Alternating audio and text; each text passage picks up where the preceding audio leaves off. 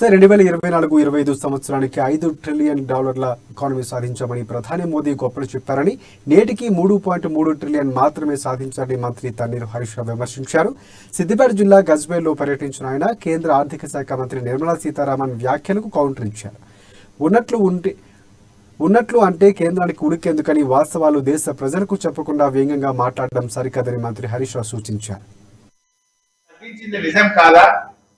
వేద మాటలేమో కోటలు దాటుతున్నాయి, కానీ అదే విద్యకు జీడిపిలో మీ ప్రభుత్వం వచ్చిన తొలి 55% అయితే మీరు ప్రవేశపెట్టిన బడ్జెట్ విద్యకు 0.38% పెట్టారు.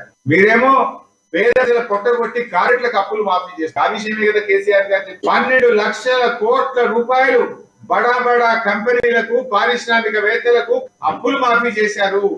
ఎందుకు రైతులకు చెయ్యరు అని ముఖ్యమంత్రి గారు అడిగారు.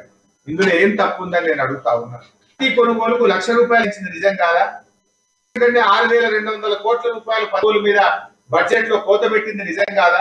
స్టెబిలైజేషన్ కు పోయినసారి 1,200 కోట్లు పెట్టి ఈసారి ఒకటే 1,00,000 పెట్టి మేము పప్పు దినుసులు ఇతర పంటలు కొనమని చెప్పకనే చెప్పింది నిజం కాదా?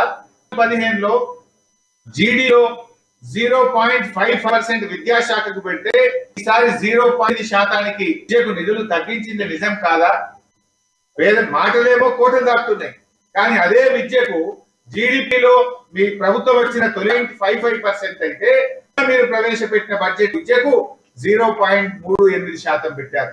మీరేమో పేదల పొట్టగొట్టి కారెట్లకు అప్పులు మాఫీ చేస్తారు. ఆ విషయమే కదా కేసీఆర్ గారు 12 లక్షల కోట్ల రూపాయలు బడా బడా కంపెనీలకు, పారిశ్రామికవేత్తలకు అప్పులు మాఫీ చేశారు. ఎందుకు రైతులకు చేయరు అని ముఖ్యమంత్రి గారు అడిగారు. ఇందులో ఏం తప్పు ఉందని నేను అడుగుతా ఉన్నాను. ఈ కొనుగోలుకు ₹1,00,000